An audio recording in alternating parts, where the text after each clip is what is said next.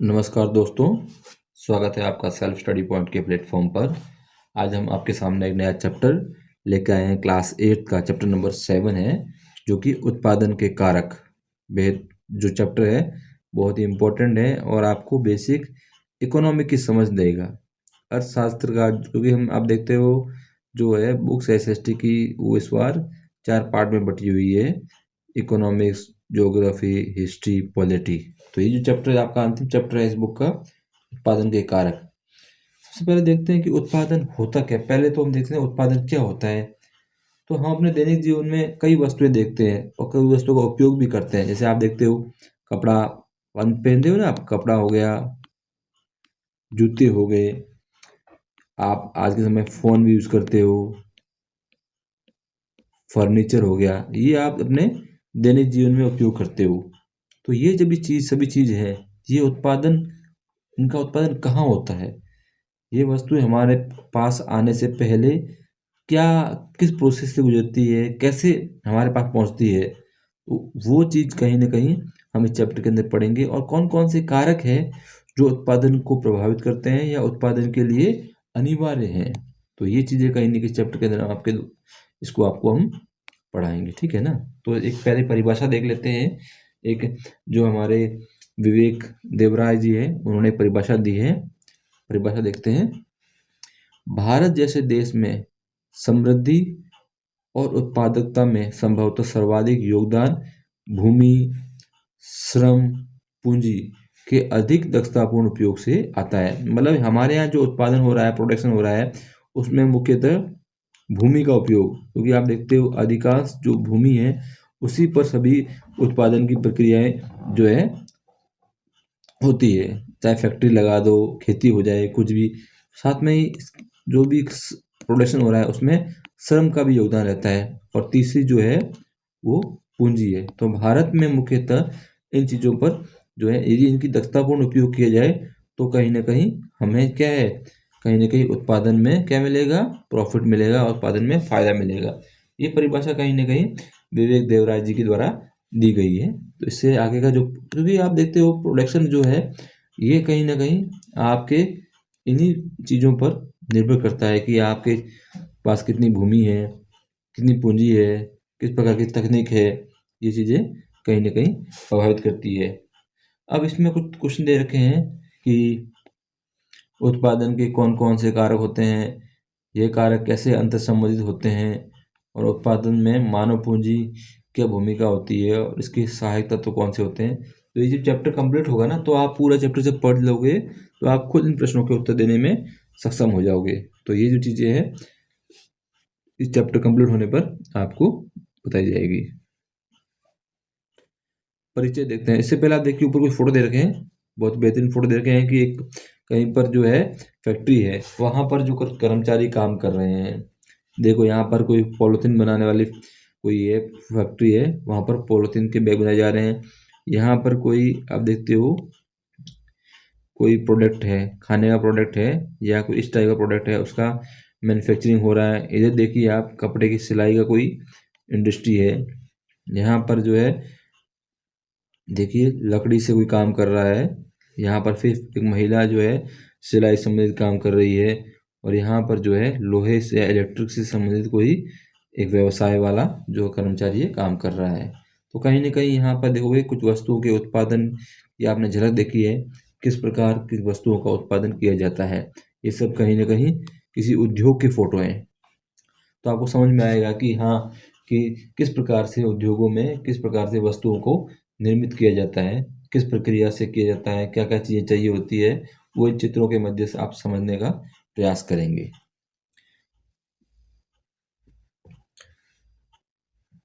क्या आपने कभी सोचा है कि आपके जो पास जो कपड़े, जूते, school bag, furniture, phone, computer आदि का निर्माण कैसे होता है? भाई आपके पास आए हुए तो हैं कपड़े, आप कपड़े पहने हुए हो, जूते पहने हुए हैं, स्कूल बैग आपके पास है, फर्नीचर है, फ़ोन है। ये सब कैसे निर्माण होता है? किस प्रक्रिया से आपके पास आते हैं? ऐसा तो है नहीं कि ये सीधा ज़मीन में से निकलते हैं और सीधा आपके पास आ जाते हैं। कहीं न कहीं इनकी बनने की कुछ प्रक्रिया होती है। उन प्रक्रिया के द्वारा ही ये चीज़ें अंतिम रूप में आपके पास पहुँचती है। तो ये चीज़ें आपको समझनी है। जब चीज़ें पढ़ रहे हैं तो आप कम से कम इन चीज़ों को गौर कीजिए कि ये चीज़ें किस प्रकार से ये कारक जो है जो किस प्रकार से आपके उत्पादन को प्रभावित करते हैं या उत्पादन में कौन कौन से कारक जो लगते हैं। आपके आसपास पाई जाने वाली प्रत्येक वस्तु अपने आप अंतिम स्वरूप में आप तक पहुंचने से पहले उत्पादन प्रक्रिया से गुजरती है। बहुत इंपॉर्टेंट चीज़ देखिए क्या बोल रहा है। आपके आसपास पाई जाने वाली प्रत्येक वस्तु अपने अंतिम स्वरूप में आप तक पहुंचने से पहले उत्पादन प्रक्रिया से गुजरती है। उत्पादन की इस प्रक्रिया में वस्तुओं को उनके अंतिम स्वरूप में तैयार करने के लिए कुछ संसाधनों या इनपुट्स का उपयोग किया जाता है। इसलिए वस्तुओं एवं सेवाओं के उत्पादन में उपयोग किए जाने वाले वे संसाधन उत्पादन के कारक कहलाते हैं। ये इंपॉर्टेंट परिभाषा एग्जाम में पूछ सकता है कि उत्पादन के कारक क्या होते हैं। तो उत्पादन की इस प्रक्रिया में वस्तुओं को अंतिम रूप से जो आप तैयार कर रहे हैं, तैयार करने में जो कुछ संसाधन या इनपुट्स का उपयोग होता है, क्या होता है, कुछ आपको संसाधन का जो है उपयोग करना होगा। कुछ संसाधन का उपयोग करेंगे आप, कुछ आप जो है इनपुट्स का उपयोग करेंगे। तो कुछ संसाधनों तथा इनपुट्स का उपयोग करेंगे, ठीक है। और इसलिए वस्तु और सेवाओं के उत्पादन में उपयोग किए जाने वाले ये संसाधन, जो आप वस्तु बना रहे हो उसके अंदर आप वस्तुओं का उपयोग कर रहे हो, उत्पादन कर रहे हो ना, उसके अंदर कुछ आप वस्तुओं का उपयोग कर रहे हो, कुछ सेवा मतलब जो वहाँ काम करने वाले कर्मचारी हैं, ठीक है ना। और कोई फैक्ट्री है, फैक्ट्री में क्या होगा, ये मान के चलिए कोई फैक्ट्री है ऐसी, उस फैक्ट्री के अंदर होगा क्या क्या, उस फैक्ट्री के अंदर आप देखोगे ये फैक्ट्री है, तो इसमें मुख्यतः एक तो रहेंगे आपके कर्मचारी, ठीक है ना, कर्मचारी रहेंगे। दूसरे क्या रहेंगे आपके जो है कर्मचारी, क्या करेंगे, कर्मचारी आपको देंगे सेवाएं, कर्मचारी क्या देंगे आपको, सेवाएं देंगे। दूसरे जो है वस्तुएं होंगी, क्या होगी, वस्तुएं, जिनसे क्या होगा, आप सामग्री निर्माण करोगे, क्या करोगे, सामग्री को निर्मित करोगे। तो कहीं ना कहीं आपको सेवाओं के साथ साथ जो है वस्तुओं का उपयोग भी करना होगा, तब जाके कहीं ना कहीं आप उत्पादन के जो है अंतिम जो प्रक्रिया है उसमें कहीं ना कहीं जो है उत्पादन का अंतिम जो प्रारूप है, उत्पादन करने का जो अंतिम चरण है वो कहीं ना कहीं सफल कर पाओगे। इसके लिए आपको फैक्ट्री में कर्मचारी भी चाहिए, सेवाएं भी चाहिए और वस्तु भी चाहिए। तो ये चीज़ें आपको कहीं ना कहीं ध्यान देनी है, इसीलिए बोले उत्पादन के कारक कहे जाते हैं, ठीक है ना। ये आपको ध्यान रखना है, एग्जाम पूछता है कि उत्पादन कारक क्या होते हैं। आइए रत्ना से मिलते हैं, जो शहर के बाहर क्षेत्र में क्या चलाती है, पॉज पॉइंट चलाती है नामक एक छोटा सा भोजनालय चलाती है। यह भोजनालय राजमार्ग से आने वाले यात्रियों को में स्वादिष्ट और उच्च गुणवत्ता वाले भोजन के लिए प्रसिद्ध है। जो इसका रेस्टोरेंट है वह है प्रसिद्ध है, क्योंकि इसमें यह उच्च गुणवत्ता वाली भोजन इनको अवेलेबल कराती है। निरंतर प्रगति कर रही है। वर्तमान में रत्ना के पास 7 कर्मचारियों का एक समूह है जो भोजनालय को सुचारू रूप से चलाने में उसकी सहायता करता है। 5 वर्ष पूर्व जब रत्ना ने इसे आरंभ किया था तब उसे उचित स्थान का चयन करना, किराए, उपकरण के लिए धन की प्रबंधन, कर्मचारियों की नियुक्ति, सामग्रियों की खरीदनी और अपने सपने को साकार करने की योजना बनानी थी। मतलब कुल मिला के ये जो व्यवसाय स्टार्ट किया था उससे पहले उसको काफ़ी चीज़ों को ध्यान रखना था। सबसे पहले तो उसको जहाँ ये होटल बनाया है, तो होटल इसने कहाँ बनाया है, सड़क या मेन हाईवे पे बनाया है। तो सबसे पहले इसने क्या किया था, स्थान का चयन किया था, क्योंकि सही स्थान होगा तभी जाके कहीं उसका व्यवसाय चलेगा। साथ में ही अब उसको वो जो स्थान चाहिए उसने चयन किया है उसको वहाँ पर या तो किराया देना पड़ेगा या उसको उस चीज़ वो खरीदना पड़ेगा जहाँ पर वो अपना व्यवसाय करेगी, मतलब होटल खोलेगी। और साथ में यदि एक किराया या खरीदना है तो उसके लिए उसको क्या चाहिए होगा, धन की व्यवस्था करनी पड़ेगी, धन या पूंजी की जो व्यवस्था है वो करनी पड़ेगी, तभी जाके वो कहीं ना कहीं अपना व्यवसाय चलाएगी। साथ में व्यवसाय चलाने के लिए उसको क्या चाहिए होंगे, कर्मचारी भी चाहिए होंगे, तो कर्मचारी की भी उसको व्यवस्था करनी पड़ेगी। और ये सब जो प्लानिंग की, इस प्लानिंग को करने के बाद में ही उसने अपनी क्या किया, जो है व्यवसाय प्रारंभ किया है। तो ये चीज़ कहीं ना कहीं, एक कोई भी व्यवसाय है आरंभ करने से पहले इन चीज़ों को आपको ध्यान रखना होता है। तो ये चीज़ें आप विशेष रूप ध्यान दीजिएगा कि एग्जाम में पूछेगा। तो ये प्लानिंग जो है कोई भी उद्योग स्थापित करने से पहले हमें को करनी पड़ती है, जब भी जाके कहीं ना कहीं हमारा जो उद्योग है वो सफल हो पाता है। ठीक है ना, ये आपको ध्यान रखना है। एक टर्म दे रखा है व्यवसाय। व्यवसाय क्या होता है?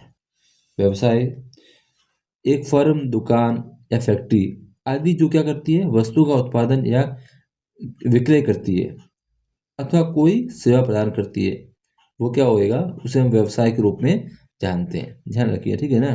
कोई फर्म हो गई, जैसे हम आपके मान के चलिए आपके घर के पास में कोई दुकान भी हो गई, जो क्या करती है, वस्तु का उत्पादन भी कर सकती है और उस वस्तु को विक्रय भी करती है।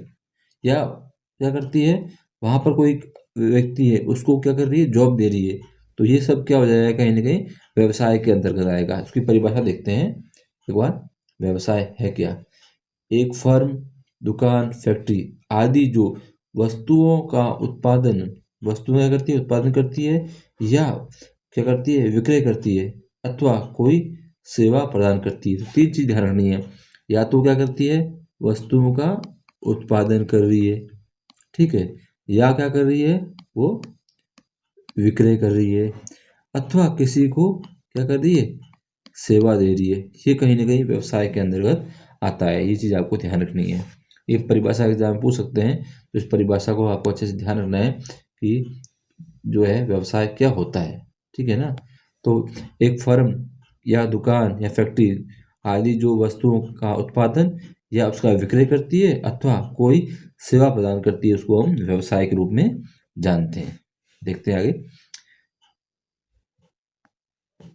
व्यवसाय वस्तुओं और सेवाओं के उत्पादन के लिए विभिन्न उत्पादन के कारकों का एक साथ संयोजन करते हैं, जिससे लोगों को आर्थिक गतिविधियों में सम्मिलित होने का अवसर भी प्राप्त होता है। भाई कोई व्यवसाय होगा तो कहीं ना कहीं लोगों को क्या मिलेगी, आर्थिक गतिविधियों में सम्मिलित होने पे, अर्थात उसको कहीं ना कहीं उसको वहाँ पर जॉब मिलेगी, कार्य करने का उसको अवसर मिलेगा।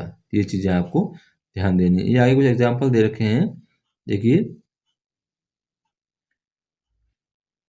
छोटे छोटे समूह में अपने स्थानीय क्षेत्र की आर्थिक गतिविधियों का अध्ययन करें। यह देखिए कि वहाँ विभिन्न प्रकार की वस्तुओं सेवाएं कैसे बनती है। आप अपने क्षेत्र के पास में देखिएगा कि किस प्रकार से वहाँ पर आर्थिक गतिविधि होती है। यहाँ पर कुछ एग्जाम्पल दे रखे हैं, जैसे दुकानों के प्रकार। किराने की दुकान आपके क्षेत्र में कितनी है संख्या, 13 संख्या होगी। वहाँ पर क्या होती है, मुख्यतः इसका व्यवसाय क्या होता है, किराने दुकान पर जो खाद्यान्न है, दूध है, अनाज है, वो बिकता है। और आवश्यक इनपुट क्या है, उसके लिए आपको क्या चाहिए, भंडारण की आवश्यकता होती है, डिब्बे की आवश्यकता होती है। शीघ्र नष्ट होने की वाली वस्तुओं के लिए आपको कहीं ना कहीं रेफ्रिजरेटर, इस टाइप की वस्तुओं का चाहिए होगी, ताकि वो चीज़ें खराब नहीं हो। तो ये आपको एग्जाम्पल दे रखा है, इस एग्जाम्पल को आप देखिएगा, समझ में आएगा आपको। अपने समूह के प्रति वेतन को देखते हुए निम्नलिखित तथ्यों पर विचार कीजिए। लोगों को अपने व्यवसाय के लिए आवश्यक धन कहाँ से प्राप्त होता है, ये आप सोचिएगा कि कोई भी आप व्यवसाय आरंभ करते हैं तो उसके लिए धन कहाँ से प्राप्त करेगा। दूसरा है हेयर ड्रेसर से प्रशिक्षण कहाँ प्राप्त किया। ये कुल मिला के जो आपका ये ऊपर जो एग्जाम्पल दे रखे हैं, इसी का इन्होंने कहीं ना कहीं आपसे प्रश्न पूछे हैं। आप इसके बारे में सोचिएगा, क्योंकि ये चीज़ें आपको हर जगह मिल जाएगी। सैलून की, पार्लर है, मोबाइल की रिपेयर की दुकान है, कोई भी व्यवसाय है, इस टाइप का आपको मिल जाएगा। तो आपको उसमें समझना है कि क्या बोल रहा है ये।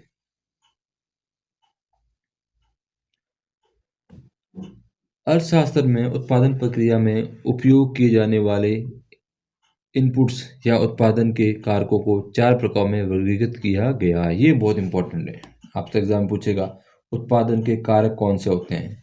कोई भी वस्तु या सेवा के निर्माण के लिए मुख्य रूप से 4 कारक की जो है आवश्यकता होती है। ठीक है ना।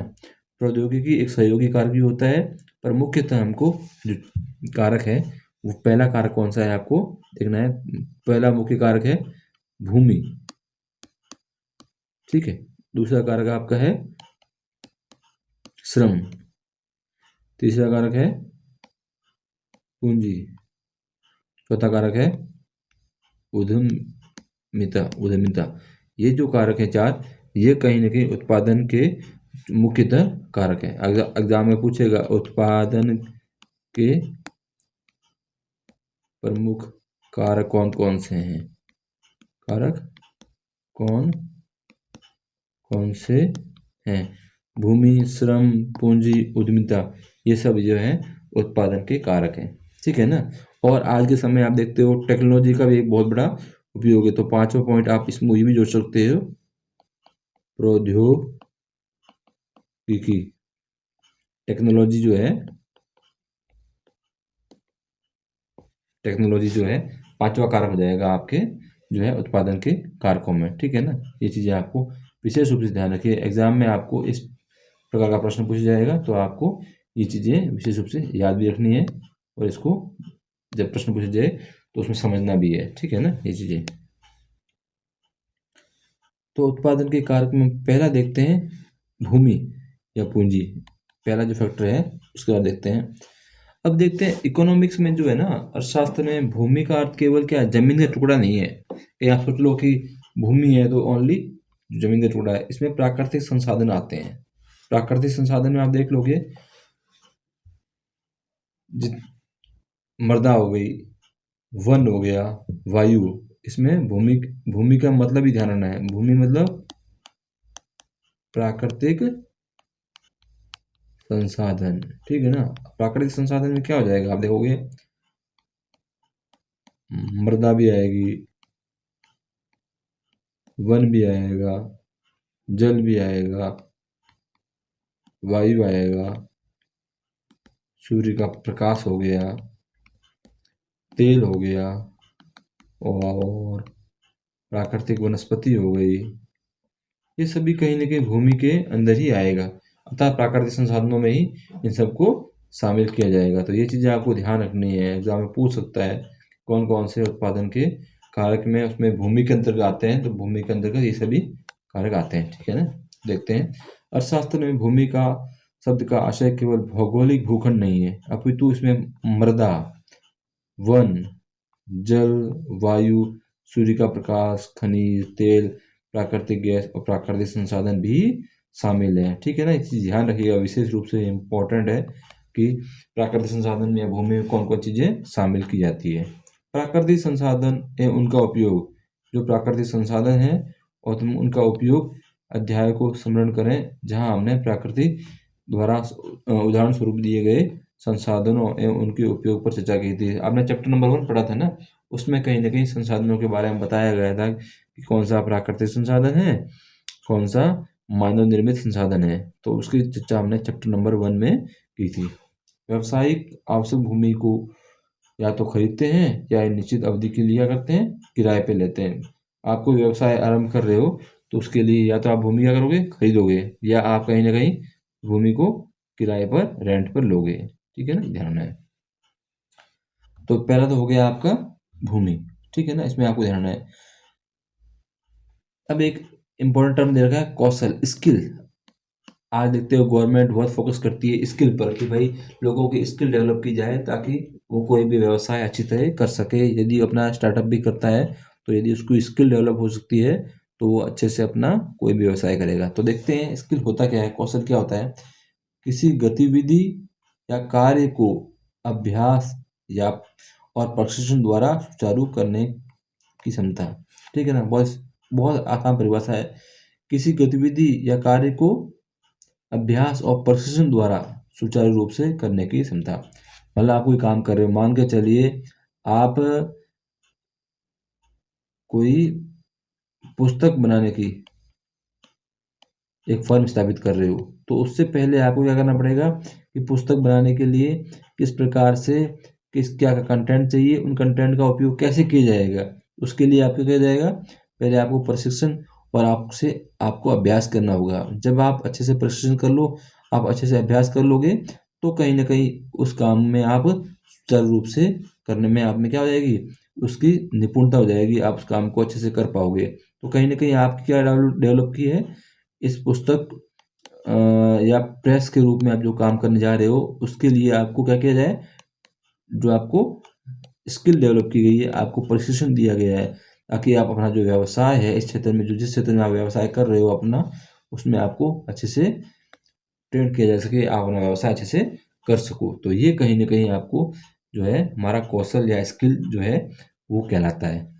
दूसरा हमारा जो कारक है वो है आपका श्रम। दूसरा कौन सा कारक पढ़ रहे हैं हम? श्रम पढ़ रहे हैं। श्रम बेसिकली मानव संसाधन है। आप और हम क्या है, श्रम के रूप में काम करते हैं। किस रूप में काम करते हैं? श्रम के रूप में काम करते हैं। तो उत्पादन में किया गया शारीरिक और मानसिक योगदान ही श्रम कहलाता है।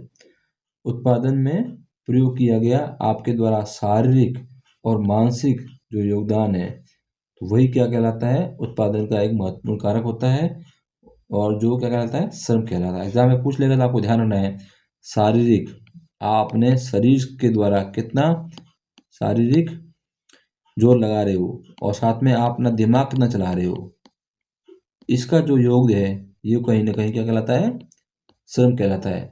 आप अपना शरीर का भी उपयोग कर रहे हो और अपना दिमाग का भी उपयोग कर रहे हो, और वो क्या कहलाएगा? श्रम कहलाएगा। ठीक है ना? ये ये परिभाषा ध्यान रखनी है। शारीरिक और मानसिक दोनों का जो है योगदान है वो कहीं ना कहीं श्रम कहलाता है। एग्जाम्पल दे रखे हैं, आप देखते हैं कि बढ़ई हो गया, किसान, श्रमिक, शिक्षक, डॉक्टर। तो इसमें क्या है, जो बढ़ई है वो कहीं ना कहीं शारीरिक जो है बल का उपयोग कर रहा है, कृषक भी शारीरिक बल का उपयोग कर रहा है, पर शिक्षक और चिकित्सक कहीं ना कहीं क्या कर रहा है? मानसिक जो है वो कहीं ना कहीं उसका बल या मानसिक श्रम का उपयोग, मानसिक चीज़ों का योगदान दे रहे हैं। ठीक है ना? तो ये जो श्रम है ये कहीं ना कहीं शारीरिक श्रम के अंदर आएगा, और ये शिक्षक और चिकित्सक जो है ये मानसिक श्रम के अंदर आएगा। ये चीज़ ध्यान रखनी है। तो श्रम में दोनों चीज़ आती है, मानसिक और शारीरिक। जो अपना शरीर का उपयोग करके कार्य करते हैं वह कहीं ना कहीं शारीरिक बल का प्रयोग करते हैं, और अपने दिमाग का उपयोग करके जो काम करते हैं वह कहीं ना कहीं मानसिक जो है श्रम का उपयोग करते हैं। ठीक है ना? ये ध्यान रखना है।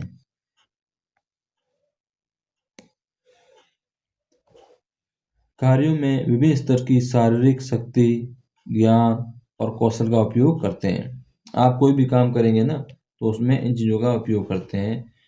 समाज की आवश्यकताओं की पूर्ति के लिए वस्तुओं एवं सेवाओं का निर्माण करने में प्रत्येक व्यक्ति अपने कार्य के माध्यम से योगदान देता है। आप कोई भी काम कर रहे हो तो उसमें प्रत्येक व्यक्ति अपना कोई ना कोई योगदान देता है। ठीक है ना? वो यदि अच्छा स्किल है उसके पास में तो वो अपना स्किल की हेल्प से काम को सुचारू रूप से करने में मदद करेगा। और भी यदि कोई काम कर रहा है तो कहीं ना कहीं वो अपना सहयोग जो है उसमें देता है।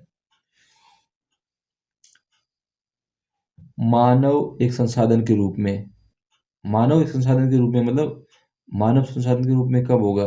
जब वो कहीं ना कहीं वो स्किल में माहिर होगा, दक्ष होगा काम करने में, तो वो क्या है? एक अच्छा संसाधन कहलाएगा।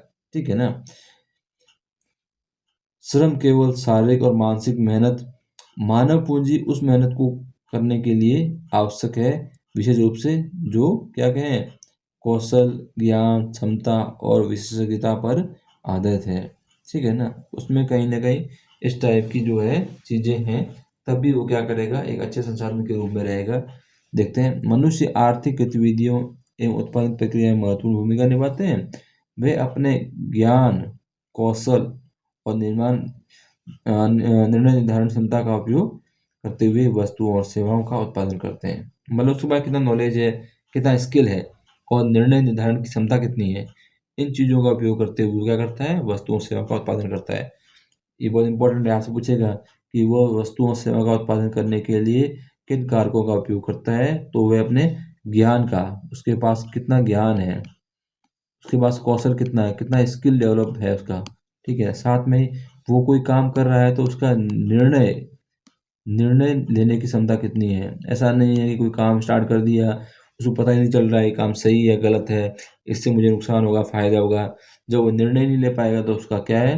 वो व्यवसाय चल नहीं पाएगा। तो उसको ज्ञान भी होना चाहिए, उसके काम करने की स्किल भी होना चाहिए, और डिसीजन मेकिंग भी होनी चाहिए, निर्णय लेने की क्षमता भी उसके पास में होनी चाहिए, तब वो कहीं ना कहीं अपना काम है सुचारू रूप से कर पाएगा। ये चीज़ें आपको ध्यान रखनी है। उदाहरण के लिए पुलिस अधिकारी कानून और व्यवस्था बनाए, पुलिस अधिकारी होता है कानून व्यवस्था और उस चीज़ों को बनाए रखने के लिए क्या करता है, उसके पास निर्णय क्षमता होती है, तभी कोई ना कहीं क्या कर पाएगा, वो उस चीज़ को कानून व्यवस्था को बनाए रखेगा। उसको निर्णय लेने की क्षमता नहीं होगी तो वो कानून व्यवस्था को बनाने में सक्षम नहीं हो पाएगा। ठीक है, तो रखता है। वैज्ञानिक नई तकनीकों का आविष्कार करता है, रसोईया नया व्यंजन तैयार करता है आदि। मतलब ये कहीं ना कहीं अपने काम में क्या है, एक्सपर्ट है, तभी क्या कर रहा है, रसोईया क्या कर रहा है, अपना नया भोजन बना रहा है। उसको नया भोजन बनाने में क्या है, कहीं ना कहीं उसके पास स्किल है। और वैज्ञानिक नई तकनीक का आविष्कार कर रहा है ताकि क्या है, नई तकनीक से लोगों को वो मदद करवा सके या कुछ ऐसा विकसित कर सके तरीका जिससे लोगों को काम करने में इजी हो, उनको मदद मिल सके। तो ये चीज़ें कहीं करते हैं। अपने कार्य को प्रभावी ढंग से निष्पादित करने के लिए इन सभी को विशेष प्रकार के ज्ञान और कौशल की आवश्यकता होती है।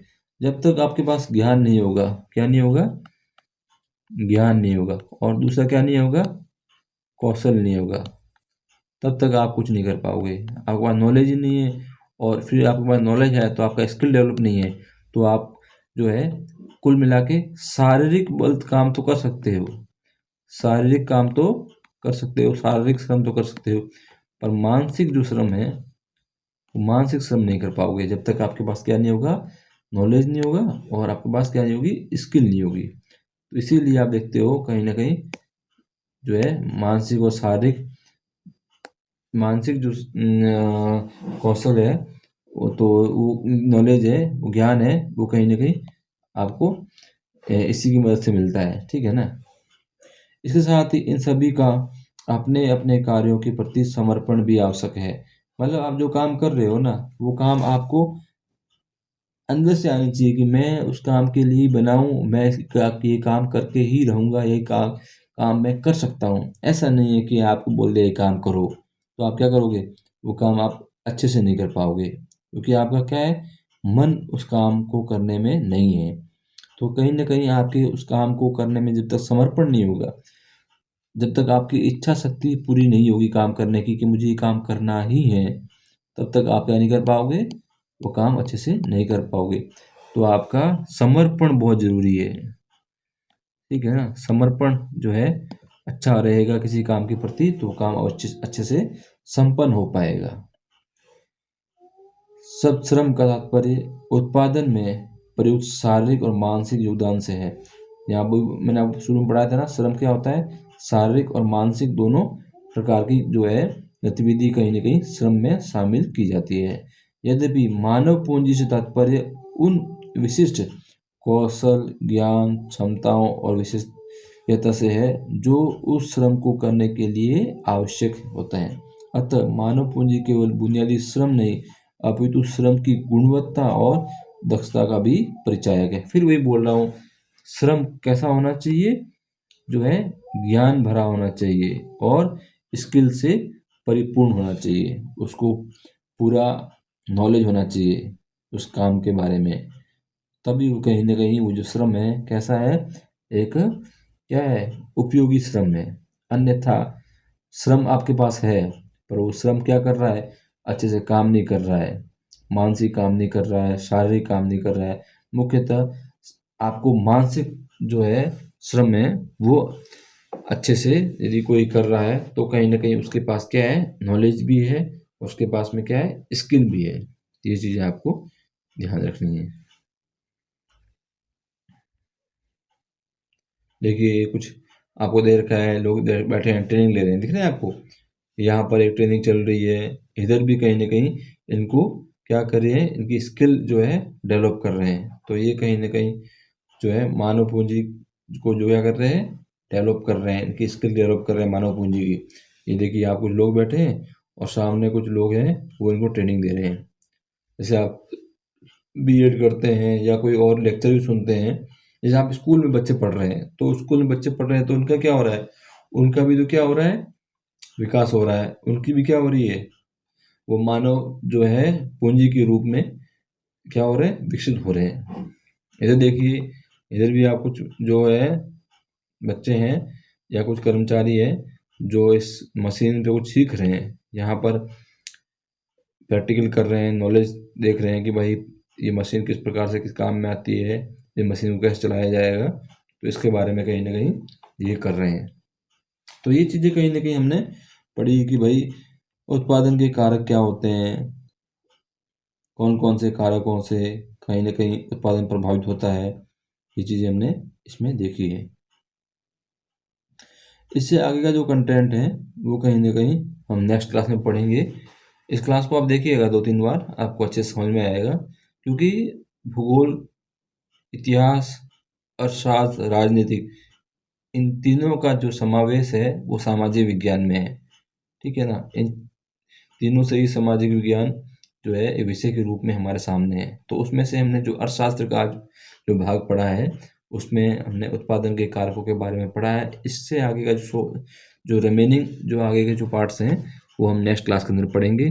जुड़िए हमसे, चैनल को सब्सक्राइब कीजिए, लाइक कीजिए, शेयर कीजिए और अपने मित्रों को भी इसकी जानकारी दीजिए। मिलते हैं फिर नए चैप्टर के साथ, नए पार्ट के साथ में, आगे का जो कंटेंट है उसके साथ में। ठीक है ना, रिमेनिंग जो पार्ट है चैप्टर का उस पार्ट को हम नेक्स्ट क्लास में पढ़ेंगे। Okay, bye bye.